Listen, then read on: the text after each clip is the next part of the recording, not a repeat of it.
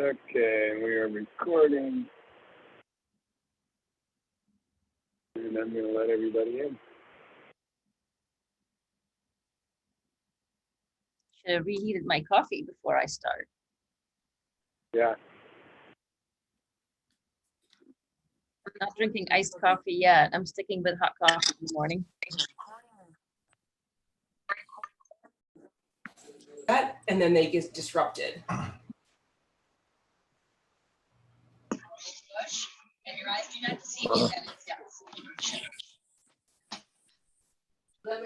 Good morning, everybody. As you're coming in, if you'd make sure that you guys are on mute for the moment, you should be automatically, but we're going to let everybody get settled here. Everybody make sure they have their cup of coffee, and we are going to get started here in just a couple minutes. We're excited to have you all here this morning. We've got about 93 people that are registered for this event this morning, so we're really excited to see the participation.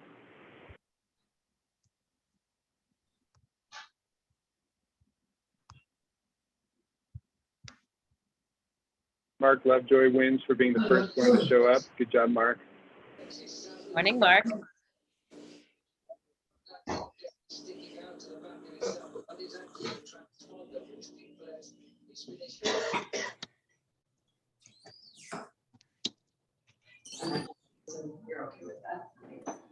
Tristan looks like he's joining us from the trail. Good job, Tristan. It's nice out. Vern, always good to see you. Thanks for coming. We've got Landon with Specialized with us today. Thanks for coming, Landon. Yeah, thanks for having me. The infamous Ian Terry is in the house. Welcome back, Ian. Thanks. Hey, Patrick. Morning, Ian. I'm just making some coffee. It's going to be finally cool enough here to drink hot coffee comfortably. Hot coffee. Right, at least for another hour. Mm-hmm. So a little shameless plug while we're talking about coffee. If you guys haven't already yet, gone to the Traction Coffee website and bought your pound of coffee that supports Evergreen. It's a good blend. Got mine. We're getting $5 back for every bag. Yep. Oh boy. Okay. Well, I have to play a little bit of catch Make up sure you are muted, everybody. Hopefully I can get to it. Having any new hires. At least that you were good. Was that? At least that you were That I'm aware of, exactly. Hey, folks, if you're not muted, could you make sure that you are? I'm riding a bike today, so it's Probably not.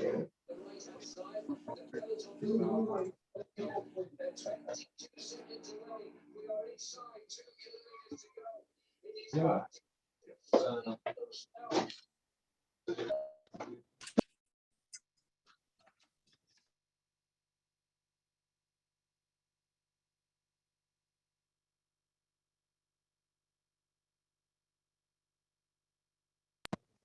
All right.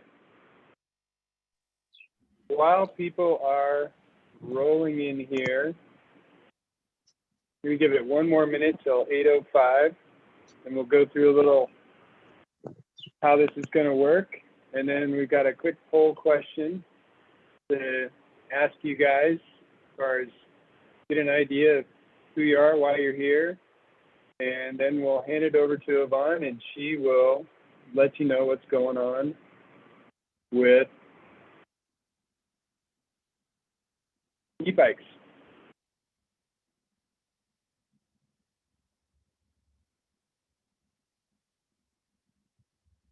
All right, so it's 8:05. We're going to go ahead and get started. My name is Patrick Walker, and I am the statewide marketing manager for Evergreen. I also handle all the communications. I'm the one that's emailing you all the time. I've got a new partner in crime, Maggie Rowe, who's taken over Ian's position. Ian's now with Free Hub. It's nice to see him here in the call. But we're doing this little listening, not really listening session, just sort of a copy of Yvonne. with Yvonne, just to sort of give you guys a heads up as to what's going on in the backside of Evergreen as far as the things you don't really see every day. E-bike is a big, big subject, and there's been a ton of work going on with it. So we wanted to spend some time today letting you guys know what's going on and giving you a little bit of an opportunity to ask questions and maybe give a little feedback.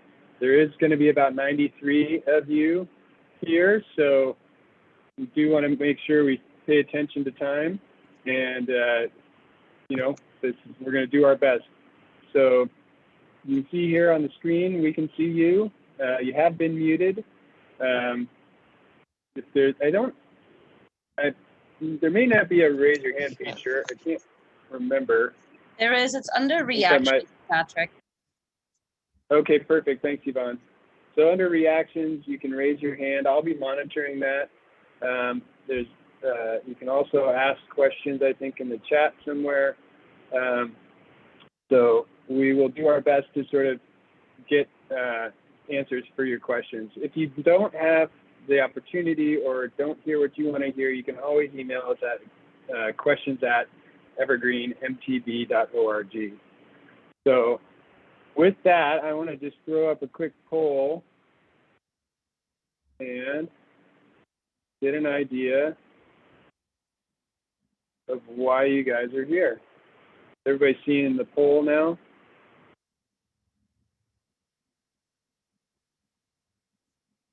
Yvonne, can you let me know if we're seeing that? Yes, I can see it and I can select. So hopefully everyone. Oh, great. Yep. So there's just a couple questions here. This is to sort of set the stage as far as, you know, why you guys are here, but also the questions are specifically designed to sort of give you an idea of sort of the complexity of the issue here. So we'll let this go for about another 30 seconds. Still letting people in the room here.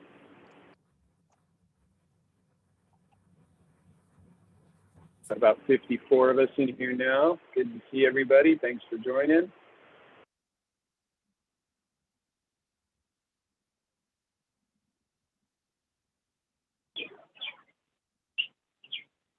Okay.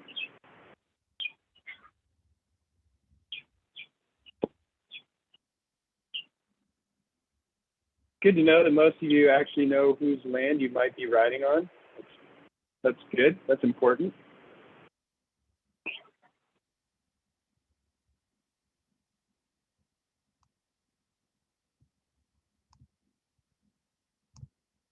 All right, I'm going to give this about 10 more seconds.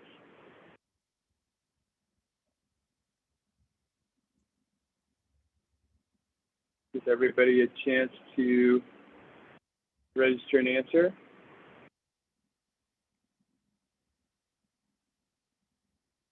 All right, last call. I'm going to close this out. And there we go. You guys should see the results here. So why is everybody here? It looks like the majority of you are actually e-bike riders, which is not surprising. And then there's a good portion of you that are e-curious, wondering what's going on with trail access. And then a few of you are strictly analog riders and want to know what's going on. Most of you see e-bikes out when you're riding, which is not surprising right now. One of you that says never, I'm curious where you're riding. that's a rare, but that's good.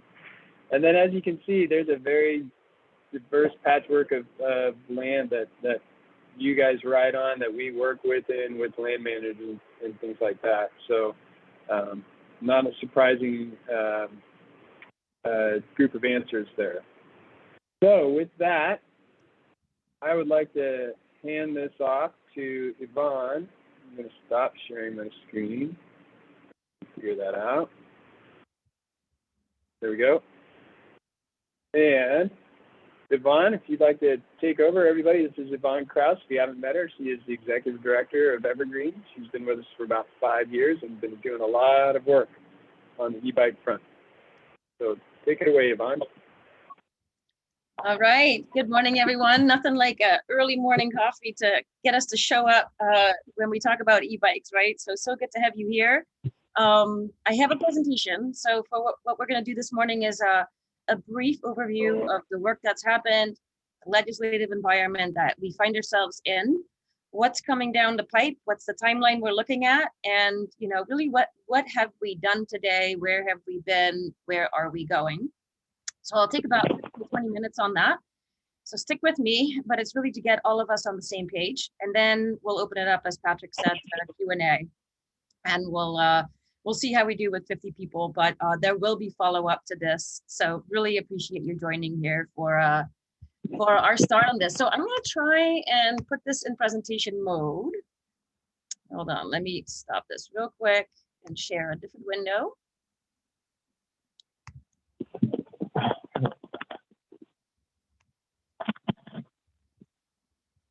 And get you guys all into presentation mode. And we're going to start with a very simple timeline that really takes off when I joined Evergreen. And I got a lowdown from the former executive director, Glenn Glover, on our approach to e-bike, which at that point was very much do not let it happen. And a lot has happened since. A lot has happened in social media, comments, polls and surveys that we've done on where our audience is. But I wanted to show really where we started, and that in 2015, we were very much leaning, I think it was at the time when we did a survey, about 70% were against e-bike access on trails. Can you all see my screen okay?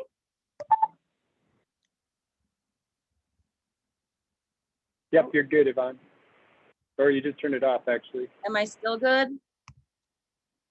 We can see your face, but not your screen at the moment. Okay, hold on.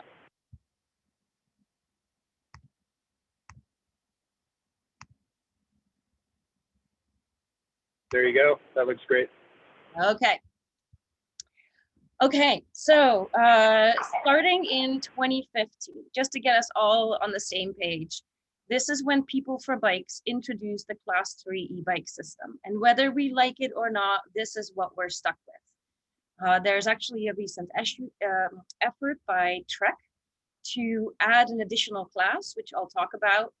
But for the most part, land managers and states, legislators are saying, we've adopted this 3-class system. We are well underway in creating policies and access guidance based on that 3-class system. This is what we're going to stick with. So that happened in January 2014. And that's now been adopted by 27, maybe almost 30 states in the US by now. States are adopting it fairly quickly. So last I checked, like I said, it was 27 states, and People for Bikes is really doing the majority on the outreach on that. Then when I joined and started really looking into this issue, polling folks, very shortly after the WTA, Washington Trails Association, the hiker organization, published a mountain bike and e-bike position paper, 2 separate papers back in September 2015, which made me quickly realize that, oh, we may all think that this is a mountain bike issue, but it's way more than that, right? And that shifted my lens really to engaging stakeholders. And how do we go about developing policy and access around this with respect to the other non-motorized trail users? Yes, I need to advocate for the mountain bike community. Yes, e-bikes are now part of that mountain bike community. And what does that mean for the other stakeholders that we play with on the trails? Another thing to highlight is that then in 2018, March, Senate Bill 6444 was signed by the government. This is legislation that we worked on with the Cascade Bicycle Club. And that was to adopt a 3-class system. And it separated road use and commuter use for e-bikes from use on trails, particularly single track natural surface trails. And that's something that we worked on in response to issues that had happened in California, where state parks basically adopted a roadways legislative effort to allow e-bikes on park trails and motorized pathways. Sorry, non-motorized paved pathways. And we didn't want to have that happen in Washington State. So we separated the called single track natural surface trails from, let's say, a regional commuter trail, saying that a class 2 or 3 bike could be okay for commuting purposes, but we do not want to see them show up on the trails. So that's where we were at the time. That's how that legislation was written. And I do have slides that detail all of these the legislation that's happened to date. So if you have questions about it, I can refer to those slides and pull them up in my presentation.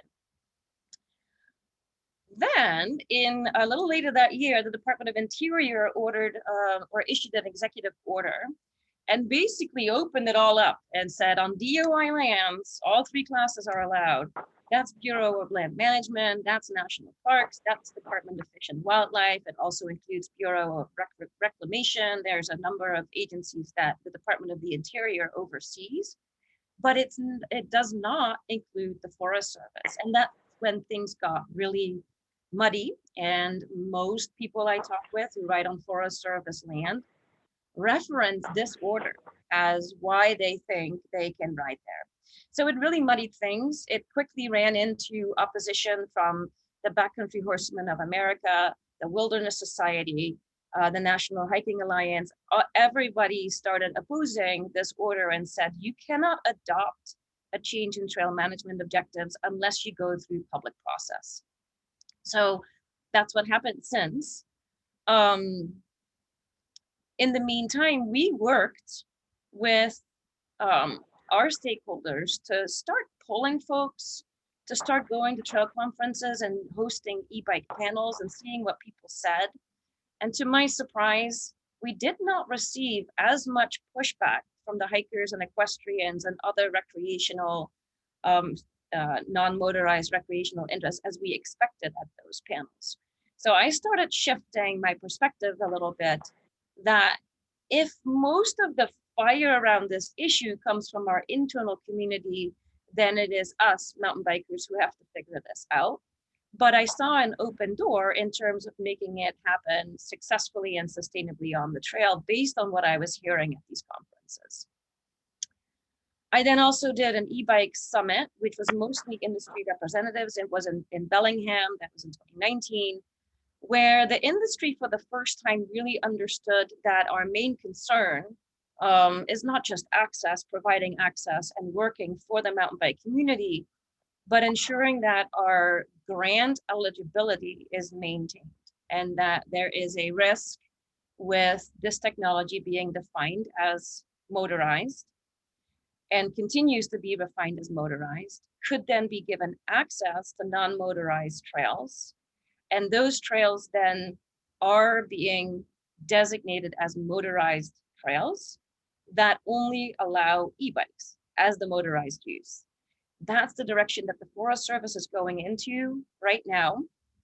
And if that were to happen, we could lose our grant eligibility from maintenance funds for non-motorized trails, because now we ride on motorized trails, right? So big issue. And the industry really didn't get that. I shouldn't say they didn't get it. When we had the opportunity to present, there was a good discussion about, oh, here's an implication that affects an organization like ours, which is the opposite of that, what they want to do. And so it started really good conversations with some brands about the implication of the technology and how we could work together. So talked about the DOI. Then in November of 2019, Whatcom Mountain Bike Coalition issued a position paper, which was mostly, if I have to paraphrase, continue with analog, no e-bikes allowed. That's shifting as well. And if we have Eric or Bill on the phone today, would love to hear from them on updates. We decided not to do a position paper yet, and I'll talk a little bit later about why. Also in that same month, State Parks issued a notification that they would allow classes 1 and 3 on their non-motorized trails. Class 2, so throttle only, is still not allowed. Then last year, the US Forest Service introduced Rule 7700 and 7710, and that is their preferred approach of allowing e-mountain bikes or e-bikes on non-motorized trails and non-motorized gated roads. But when they do so, those trails have to be evaluated. They have to go through a public process. And then if the district rangers decide to allow e-bikes, those trails become motorized. We argued that, we got industry support. We sent in a letter and did an advocacy alert to you guys that that is not the solution that Evergreen at the moment, unless I start hearing from you all, right? But at the moment, we do not want to see that happen. And we're still waiting for the results of that decision. It should be out this summer. And then lastly, just this year, Senate Bill 5452 was introduced, which really forces our own state agencies' hands to begin adopting e-bike policies and clarify the muddy water in terms of access that consumers have right now. We testified, we reduced the scope of the bill, we worked with the WTA, Backcountry Horsemen, but basically what's happening is that e-bikes need to have a regulated and clear access environment, and all state agencies who have non-motorized trails and non-motorized gated roads should have an adopted access policy that must be live and implemented by September 2023. So we're still looking at quite a bit of time here before actual clear guidance is out there. In the meantime, though, those same agencies, Department of Natural Resources and Department of Fish and Wildlife, are required to do a public process. So there'll be a comment period coming up, and they are required to run pilots to measure the impact. And in the meantime, starting July 25th this month, if you have a disability and you have an ADA placard, your e-bike is allowed on trails, no questions asked. So that's the big change that happens on all non-motorized trails, which you think would be almost a given, but it's not, right? There are still people who are very concerned about allowing motors on non-motorized trails, no matter for what purpose. So since then, we've engaged in a advisory committee. This last bill, Senate Bill 5452, was very much driven by an emotional rider who contacted his legislative official. This is in Southwest Washington. Emotional, I say, only in the fact that he's passionate about the sport, passionate about access, and has a physical disability that didn't allow him to ride on trails otherwise. That goes a long way with legislators. They want to help out their constituents, and this legislator, Senator Cleveland, had not heard about the issue, pushed this legislation at a very, very last minute period in this year's session. It caught us all by surprise. So we've been on sort of, trying to catch up since then and try to make sure that this legislation is workable for all of the non-motorized recreation groups. So I then started a committee process, and that's where we are now. So we're in the middle of really trying to figure out how we can get common ground between the non-motorized stakeholder groups and the public land agencies. So stick with me. I'm going to take 5 to 10 more minutes here and we'll run through, but I hope that was helpful. So if I had to summarize Evergreen's approach to how we've handled this from 2016 to 2020, and then where we are now and an initial discussion we've had with the board, here's your summary slide. So up until about mid 2020 or so, our lens was that we should operate in a closed unless signed open environment. We will only as a community seek class 1 access. We will look for places where we can do this sustainably, where we have land manager support, where there is no prior user experience that really gets upset by introducing this new technology. So where are the opportunities to slowly but surely create a reasonable access environment? We were going to start doing pilots. And then for me, every time we were working on a new trail, we talked with the land manager about opening that up, either under a pilot, which is harder to do than you think. But that was one of the things that we talked about. Hey, these are new trails. They're built today with modern conditions for modern technology. And if somebody doesn't like e-bike use on the trail, they don't have to ride that trail. There are plenty of other ones that you can ride without. So that's been the lens. But as you all know, and as I've heard from many of you, it's not fast enough, right? We're not keeping up with what's happening out there. And we know that. Land managers know that. Industry is pushing regardless. So we've evolved. And if you look at our member survey feedback over the last few years, members have evolved as well. We now, as of, let's say, mid last year, and then fully implemented this year, are starting to work from an open unless signed closed environment. Still just class 1, right? And I've worked and told industry about their plans for class 2 and class 3 mountain bikes, and they simply are not in the works, at least not for now. And many of them have confirmed that that is just not in the plans. Class 1 e-bikes are powerful enough. Increasing the urgency, so therefore I'm in this committee process. We are continuing to work hard to keep a separate management objective between analog and e-bikes. And that's really important I just want to underscore that the risk that I have and I want to avoid is e-bikes being treated the same as traditional non-e-bike mountain bikes, and then a decision being made that e-bikes are no longer compatible and trails are then closed to mountain biking altogether. And this issue is real. It was in that Senate bill that was recently introduced. It had a provision that land managers could evaluate the impact of mountain biking on the trails once e-bikes are allowed. And if it was deemed not compatible, then they could close the trails to mountain biking. So first and foremost, keep the two separate in our trail management objectives. That's also what IMBA is doing, and I coordinate with them on this quite a bit. And of course, we want to have a quality trail experience. So I'll skip this since I basically just went over this, but this has been our approach, and really just recognizing that we do advocate for all e-bike or all mountain bike uses. Our sport includes mountain biking. How do we best roll that into our world, our community, and provide access? So where are we headed? We want to drive legislation now. We do not want to be caught by surprise like this last one. We want to do it like we did it with the first one when we introduced the 3-class system and actually be at the table drafting it. We still want to introduce it where it's sustainable, reasonable, feasible, and places where we just anticipate too much user conflict could be closed. But again, open unless signed closed, right?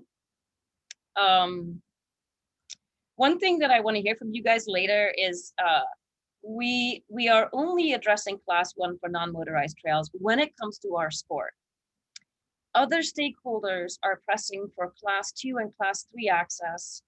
And that's, for example, hunters who now are able to go in on throttle powered bikes or high powered bike, a class 3 bike, that don't look anything like mountain bikes, but they can hook up utility carts, they can haul out their load, they can get further into the backcountry where they used to not be able to go. So they're advocating, and I shouldn't generalize it, a few people in the hunting community are advertising or advocating for class 2 and 3 access as well.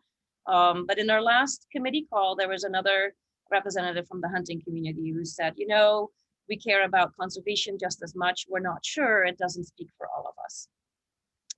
It shows sort of the complexity of the issue though, right? But we've only talked about class 1 so far. However, I am wondering and want to hear from you all about what we do with gated non-motorized roads, which are also within our purview. And do we treat them differently from trails and maybe allow different uses on gated non-motorized use?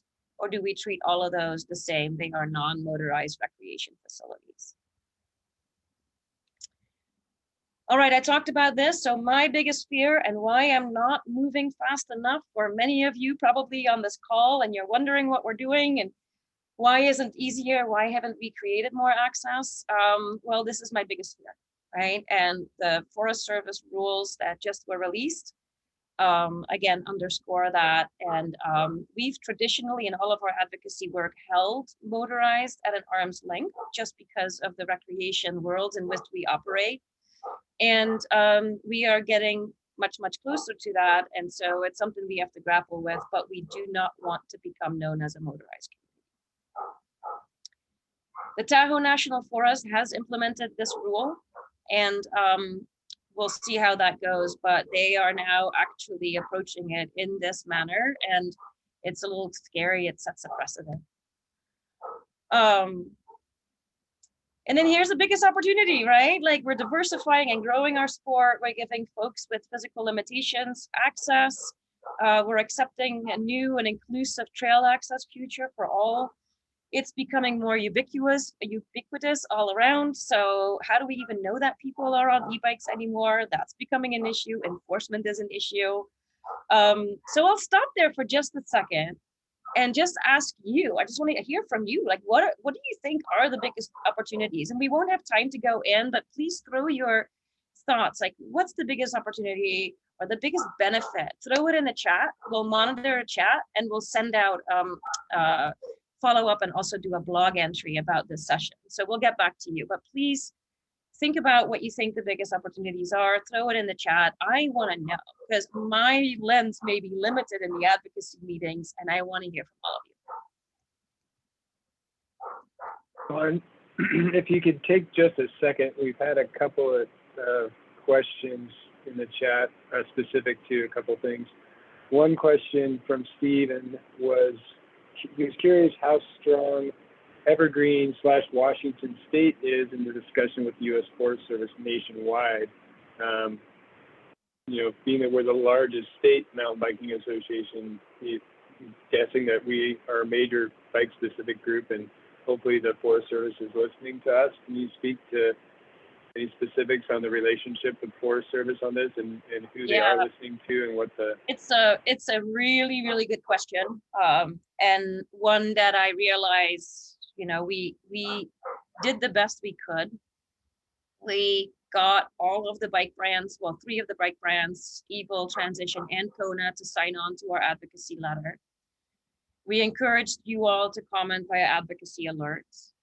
We are the nation's largest statewide mountain bike alliance, but we are peanuts when it comes to power in DC, right? So I rely on IMBA, and luckily on this issue, we are fairly aligned with IMBA.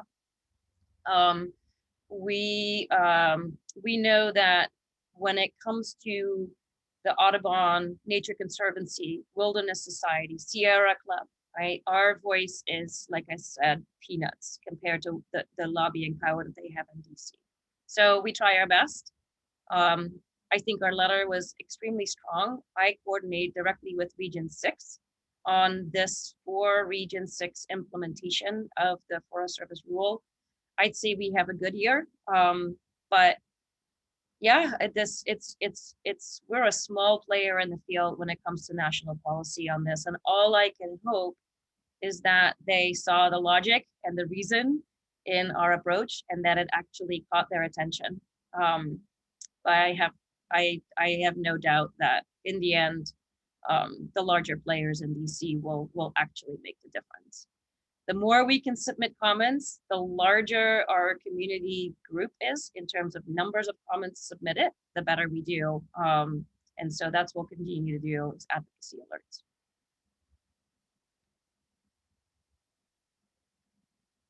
Thanks, Yvonne. Should I keep going? Yep, go ahead. All right. Really quick, you guys, I promise I will open this up shortly. So you've been looking at the slide. So the perspectives reviewed as we've gone through this, number of years of legislation, listening to phone calls, listening to many of you, is everything from disabilities to the power of the motor to the impact of the trail. We're doing research. We have a whole research library that we're completing as part of this committee process that we're going through. Listening to where the industry is going, picking up the phone, talking with Kevin at Evil of like, hey, where are things going? Where are you headed? Same with Kona. class considerations, how do we deal with it, legislation, everything. And then, like I said, grant eligibility. So we're really trying to look at this from multiple perspectives. Here's the real key that I want to convey in terms of the approach that we're now taking with this committee. This issue is emotional. And the hardest call sometimes that I have is with folks who are disappointed that Evergreen hasn't done more.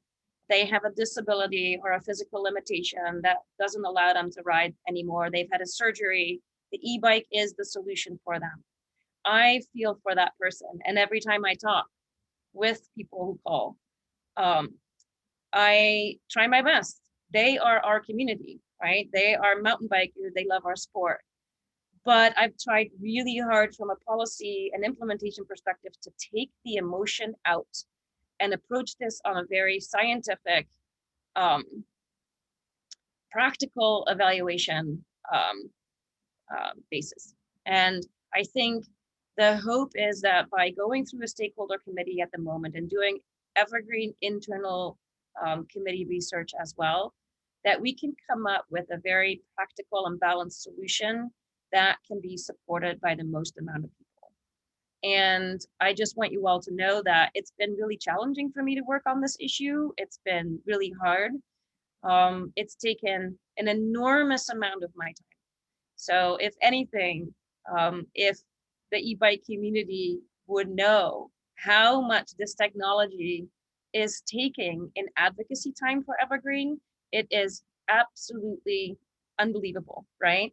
Which is time that is taken away from me and Mike and Patrick working on project development for trails, right? Trail development. So it has a cost. This has a real cost, and I understand it. I know that it's necessary, but sometimes I don't think that the greater e-bike community is aware of how much of Evergreen's member resources go into figuring out how to create this access and how complex it is.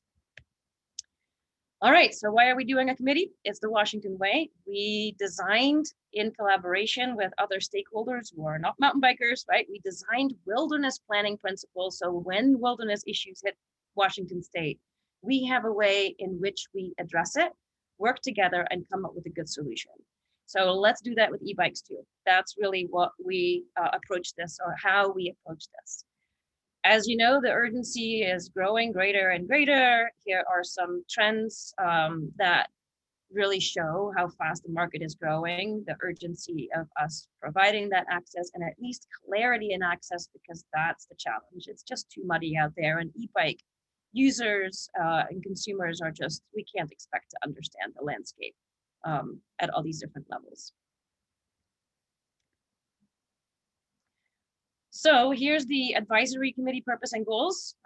It's a diverse stakeholder group: recreation, conservation, land management interests. We've got everybody at the table to establish common ground and hopefully come up with a policy access recommendation. Like, we can't set policy, right?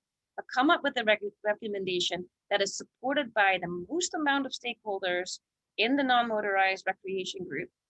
And then hopefully it's easier for all state agencies to adopt a uniform access policy. That's really the hope. Whether that's going to happen, we don't know.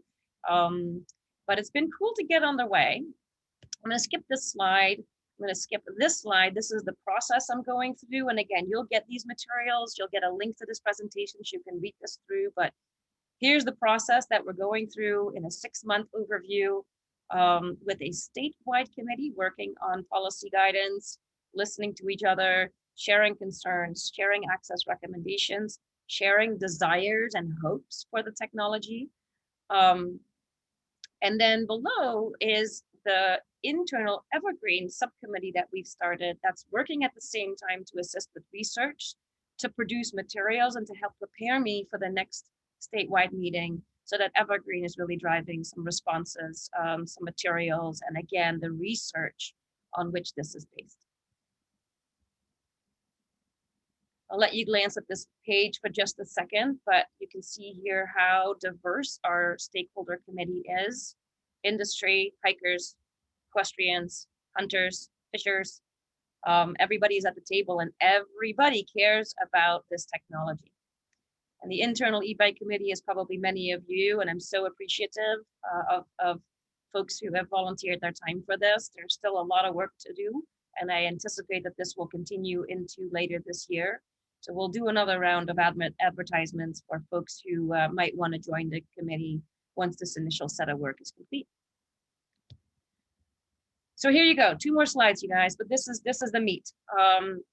The committee is evaluating e-bike access requests for their community. What we're trying to do here is show in a matrix who is asking for what, right? What class access is each one of those recreation communities asking for? And is there common ground? And as you can see, the class 1 column here by all these different recreation groups who have an interest in e-bike, whether they're doing it themselves, like hunters who want access, maybe a fisherman wants to access a lake, and it's easier to do with equipment and get further in. Of course, us, the climbing community is using these, right? They're accessing climbing spots along the Palouse to Cascades Trail, for example. So who wants access and what they want? And for the most part, there's consensus that class 1 access is desired. There's no no's. There's a couple of, you know what, it doesn't really apply to us. The fishing community we thought would have an interest, but in the end they said, you know what, it's not really a big deal for us. So we made it not applicable for them.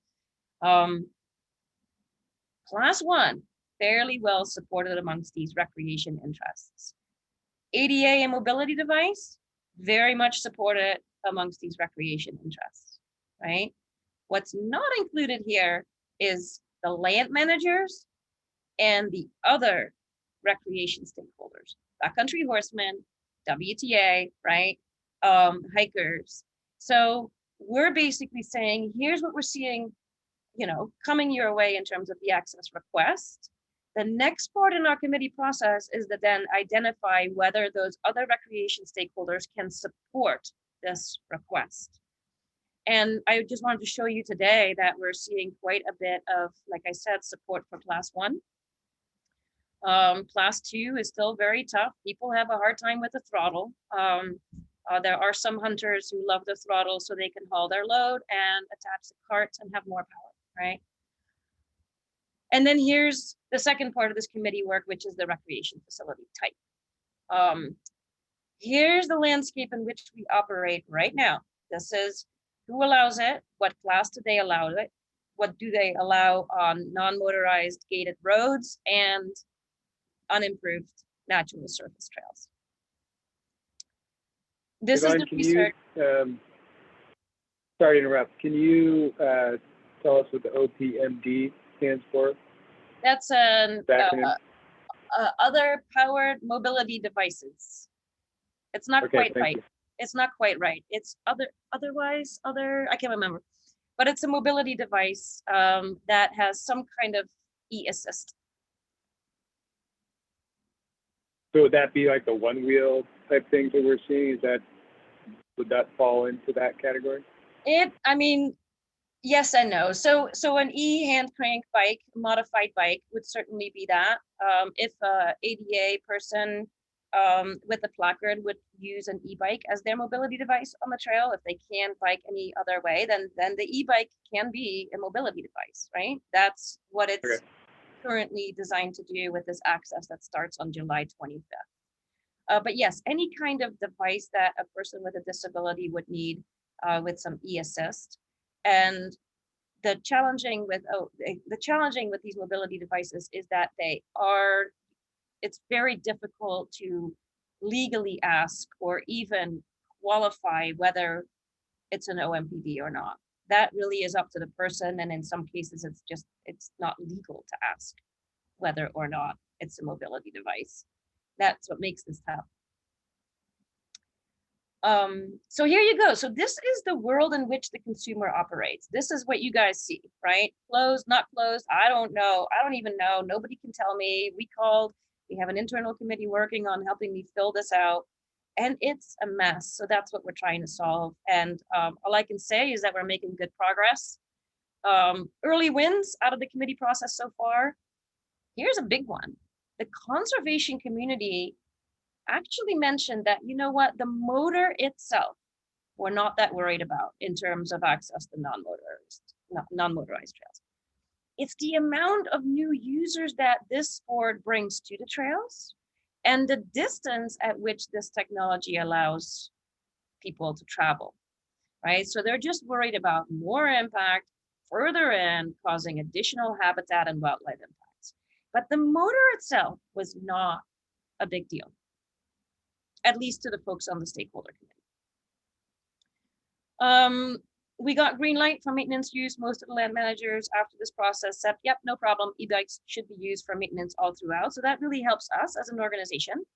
For the most part, like I said, there is a lot of support for class 1, and that fire that we saw 5, 6, 7 years ago has sort of, gone down to a slow burning ember in terms of the resistance to this. The why, how, and when, and the what is still not quite clear. There's also quite a bit of support for a smaller class 1 e-bike technology, lower watts. Some people at Trek was spearheading this, was looking at creating a class 0. That's pretty much at this point been thrown out. The class system is set. We're not changing that. But there is a lot of support for looking at implementing this technology the way the Europeans and most of the rest of the world is, which is 250 watt max, 20 kilometers an hour max versus 20 miles an hour. Okay, I've talked long enough. I'm gonna open it up for you guys all. Here's my next step slide. There's a lot happening. I'm gonna close by saying we have a big charge, and that charge is to try and galvanize our community around this issue this fall, right? So now is the time. We have legislation coming up, we have pilots coming up, we have a role in advising our land managers to adopt policies. My hope, my goal, my wish is that the Evergreen community, the mountain bike community overall, will send in public comments that are on the same page, galvanized as a community, and supported by the majority. And that's a tall order, but that's my hope. And I hope that all of you will help me figure that out, because it tore IMBA apart a few years ago.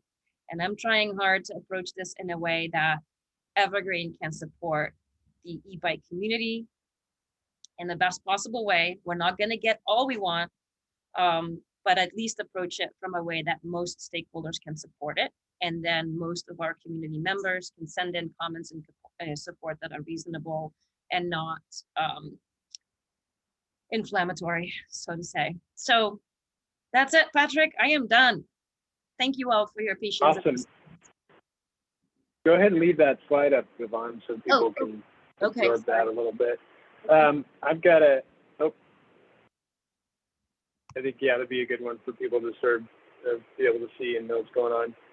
We've got a couple of questions, and if anybody else has questions, please put it in there. I'm going to also put up one more little feedback poll for you guys. Do it here. There we go. So this is to sort of help the discussion as far as Yvonne's concerned with the things that she's doing. But Yvonne, while people are taking this poll, I'll read off a couple of questions here that maybe you can do some answering for folks. One question Alex asked was, he understands the concern on class 3 because they're faster, but why not support class 2 that have the same assist as class 1, same speed? Why is the pedal factor versus throttle factor important? Can you speak to that a little bit? Do you know? Yeah, it's a good answer to that one yet? Yeah, thank you. That's a pretty clear line that most of the stakeholders and land managers draw. If you are 100% powered by a motor or have the ability to do so, that's not a non-motorized piece of equipment. Right now, Washington state law treats class 1 e-bikes as non-motorized, right? So there's a legal environment for those to be on the trail. You could say the same for class 2 in terms of Washington state law, But hikers, equestrians, most of the land managers say if it's a motor only, you belong on motorized trails. They just don't have a place on non-motorized trails. And because there are more miles of motorized trails in the state than non-motorized, basically land managers are saying that's just the situation we're in. What's unfortunate is that in the Puget Sound, that means, or greater Puget Sound area, you're mostly shut out of most trail networks because we've shut motorized uses out, right? And so, but yeah, it's the pedal assist. At least you're still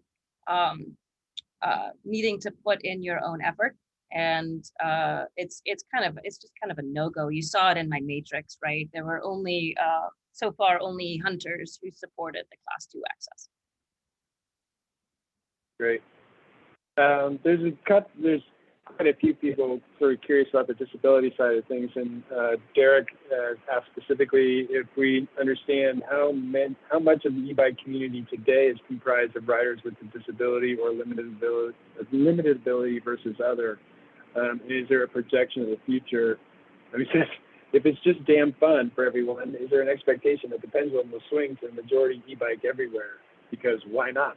Why not? Yeah. So, yeah. So what's the consensus? I guess to sum that question up, what's the consensus? Is this an industry thing that's going to just be happening because it makes riding more fun, or is there a really strong disability side of this too, where people have a various level of disabilities? All sorts of comments about surgeries or lack of lung capacity because of sickness or something like that. Yeah. What's the consensus right now where it's happening?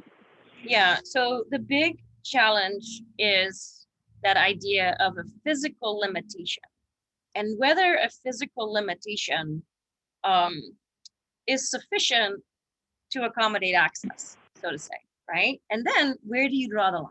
So there is no question that if you have a disability, you have an ADA placard, you need a modified bike, you need some kind of powered mobility device in order to enjoy a trail. No questions asked, everybody supports. Outdoors for All is on this committee, and they gave a presentation about their access recommendations. They lean towards the anyone with a physical disability if an e-bike provides assistance on a trail to allow them to use it. It's Outdoors for All, right? They were pretty widespread in their support for e-bike access technology, whether it's an ADA disability or a physical limitation. Physical limitations and the rest of the stakeholder community, they're not quite as clear. And frankly, they're not quite as clear for me either, personally. I can't climb Mount Rainier tomorrow, but if I had some assistance, maybe I could. I don't know, right? Like, where do you draw the line when someone has had a surgery where now the e-bike allows them to ride a little bit longer or further? Same with age. I get a lot of questions about age. It's difficult to draw the line, and it's difficult to do that in a legal environment, even more difficult to do it in enforcement. That's what makes it so tough, because ultimately enforcement is not figured out. That's the last subject of our advisory committee. Once we have some ideas of the how, we will talk about how that's now going to get regulated and enforced and signed. So yeah, it's a really tough issue. Most of the calls that I get are not a true physical disability because they already have options, right? It's really about a limitation, and this technology helps address that limitation without having to give up the sport. And you've got to have empathy for that, but it's a gray area for policy and regulation. And Yvonne, you sort of touched on it. Alex asked a question about the regulation and the sort of enforcement side of it. How are the class 2 and class 3 categories? How are those going to be regulated as far as keeping them off trails? And what about modifications to make them faster? I mean, what you just said that you haven't addressed that yet in the committee, but I'm sure there's been some discussion. Can you give an idea of where that thinking is going on the regulation side of things, of how that might work? Yep, thank you, Patrick. That is the last the last topic of our committee process, right? Here's the policy recommendation and here's the recommendation for enforcement. Out of the committee process so far, and you all know this, most people actually say, you know what, the technology, the technology itself is not the problem here. The user and how the user decides to apply the technology on the trail and the choices that they make, that's the problem, right? So if all users could just behave and utilize the technology the way it's supposed to be used and be respectful and be courteous and not ride a rad power bike at Duthie Hill, or I see in the chat saying that words, right? And if the industry could help educate that consumer, I don't actually believe we would have a big problem here. And there would be a much bigger acceptance of the technology overall. But, you know, we're mountain bikers. We like to push the envelope. We've done that in the past with trail access requests. So, you know, we kind of create our own problem here.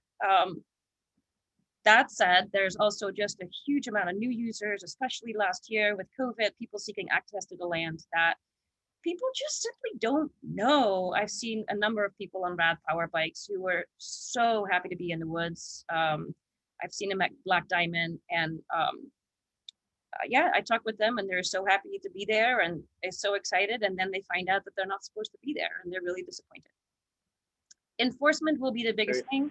There's no funding for it, which is why we realize open and less sign closed is probably more sustainable way to go. And then hopefully people will behave when that trail is closed to e-bikes or different types of e-bikes. Great. That's a good point for us to share the results of a little poll here as far as where people think e-bikes belong on single track trails. Looks like there's at least a consensus in this group that Class 1 is an okay use of single track trails. And then also as far as on gated non-motorized roads, looks like most of you out there that answered the question were okay with Class 1. So that seems to be in line with what you're hearing, Yvonne, within your group. Right. One question that came up that sort of relates to this, I think, is the question of what has been, and this was from Tom, what information is the group using or is the industry using on the impact of e-bikes on trails? And I think Tom is probably speaking towards the maintenance issues, the type of, you know, the worry that, you know, the trails are getting more torn up because of the e-bike. Is there been any definitive information on that shared or used yet? As part of this new legislation, agencies actually are required to gather some of that information.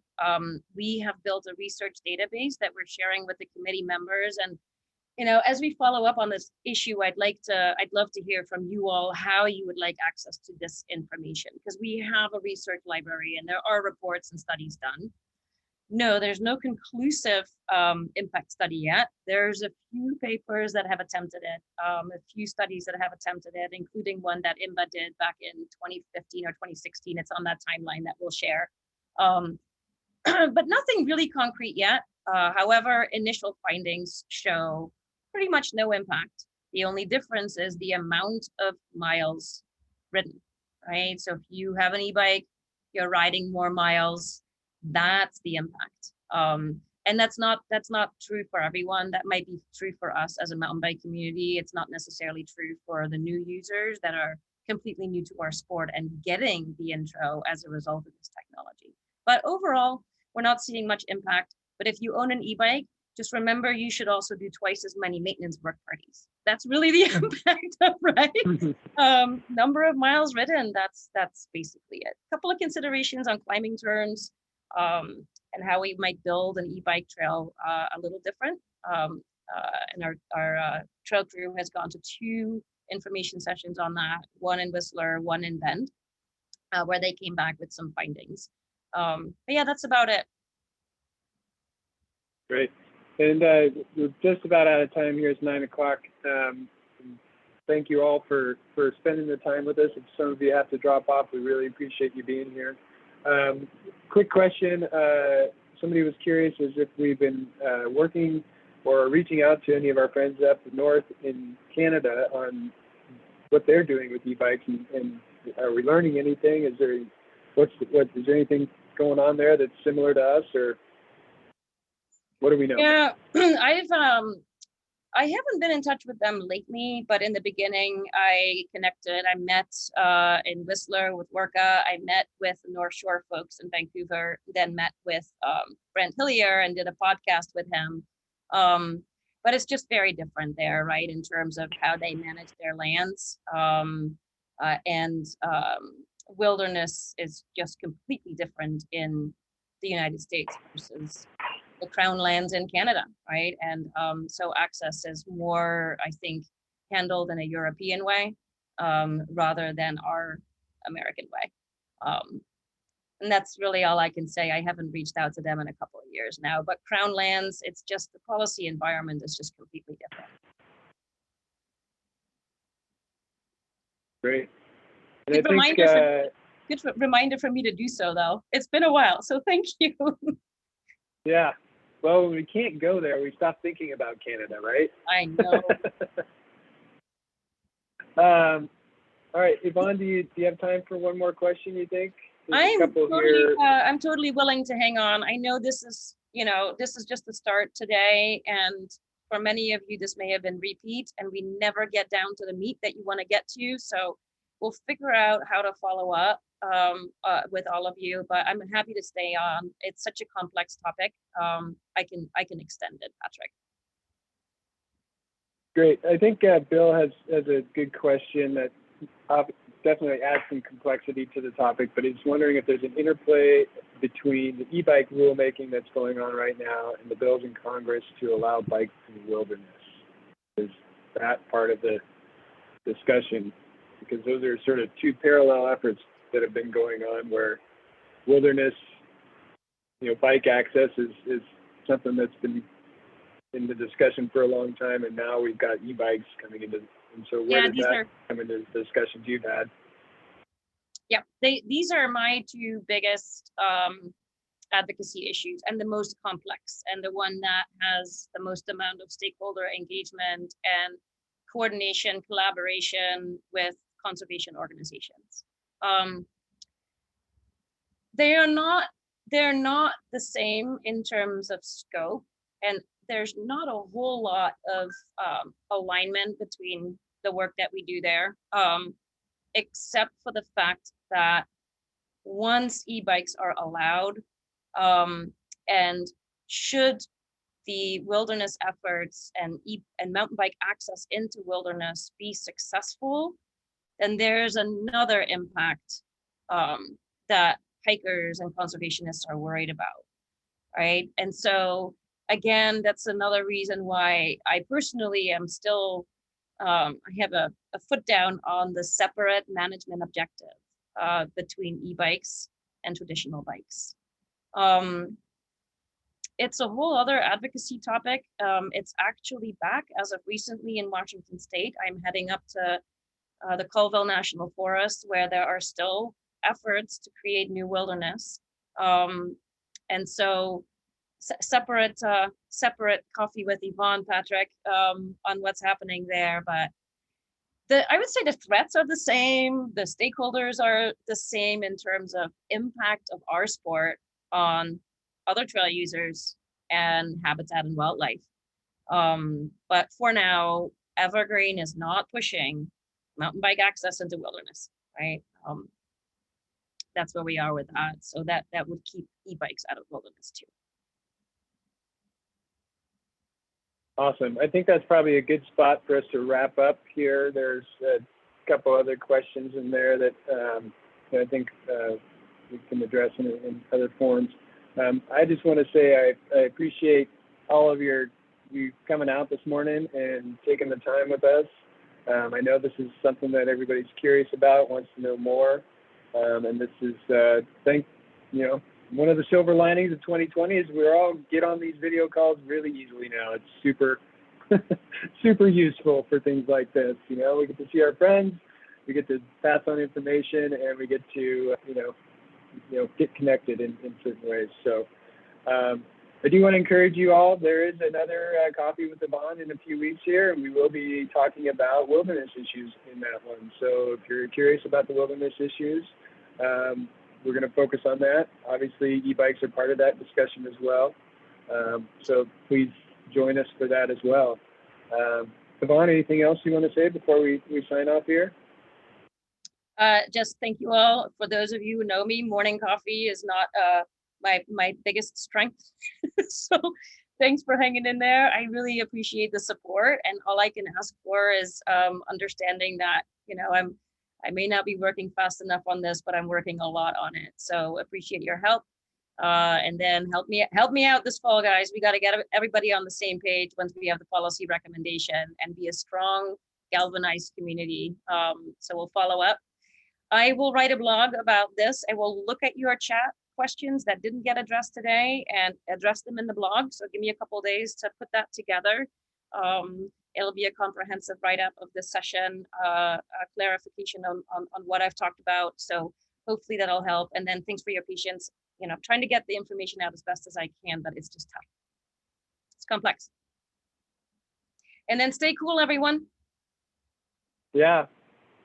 Time for iced coffee, I think, for most of us. The temperature is 90 degrees here in Leavenworth, where I'm at. So hopefully you guys are all able to stay cool today.